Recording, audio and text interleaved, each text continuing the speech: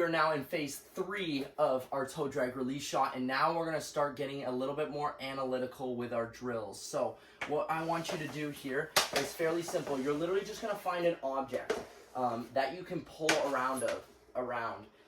Essentially, I just use the pucks that are there with me, and then I'll end up pulling them.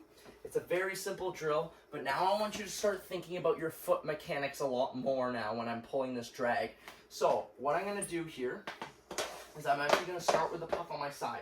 Same mechanics as if I'm pulling here or I'm pulling from the back. I'm still in that staggered-like position. But now, what's going to happen is I'm gonna start in a more narrow position, okay?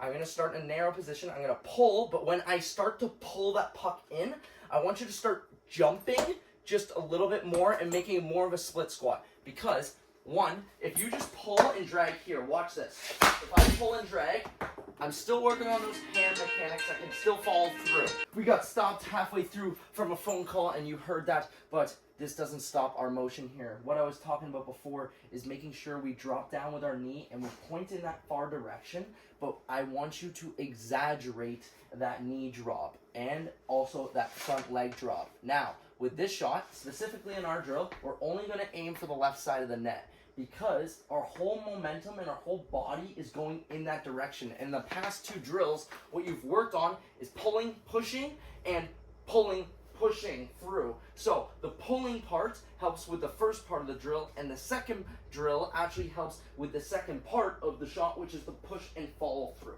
Now, a couple things you want to keep in mind. The second part here is when you push through and follow through, I want you to start now turning over those wrists. Although your body is going to be in momentum to go over there, you're not going to be able to create the snapshot-like motion unless you turn and flick those wrists. So let's try and get started here. Very simple. I'm always aiming for that left side as a righty, and as a lefty, I'll aim for the right side. So it's here, push, there. I'm snapping, okay? I'm really working on jumping onto this foot. So I start very narrow, and then it's push. Here, push. Here, and push. Okay? That's your follow through. The more you jump, the more you're gonna have that like motion as if you're hitting that baseball out of the whole entire ballpark. The same thing applies with toe drag release. Think of that jumping like motion is going to help you with the twitch, the momentum, the push up with your top hands, and the push and follow through with the bottom hand.